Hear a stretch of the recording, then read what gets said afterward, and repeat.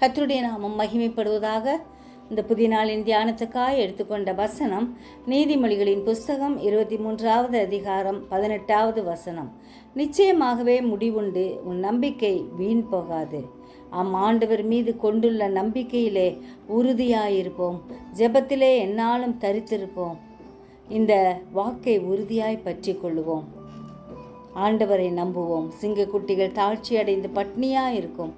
கர்த்தரை தேடுகிறவர்களுக்கு ஒரு நன்மையும் குறைவுபடாது என்று சங்கீதம் 34:10 வாசிப்பது போல ஆண்டவரை நம்புகிறவர்களுக்கு ஒரு நன்மையும் குறைவுபடாது. இரட்டிப்பான நன்மைகளை தருகிற ஆண்டவர் நம்மோடே கூட இருக்கிறார். நீதியின் பலியை செலுத்தி கர்த்தர் மேல் நம்பிக்கையாக இருப்போம்.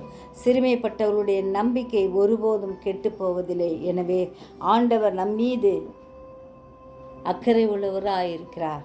நம்முடைய நம்பிக்கை முழுமையாக ஆண்டவர் மீது வைப்போம்.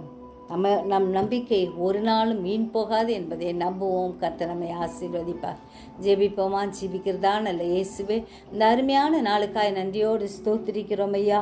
நிச்சயமாகவே முடிவுண்டு, உன் நம்பிக்கை வீண் போகாது என்று சொன்ன தேவன் நீர் பெரியவராய் எங்கள் மத்தியில் அசைவாடுகிறபடியால் நன்றியோடு ஸ்தோத்திரிக்கிறோம்.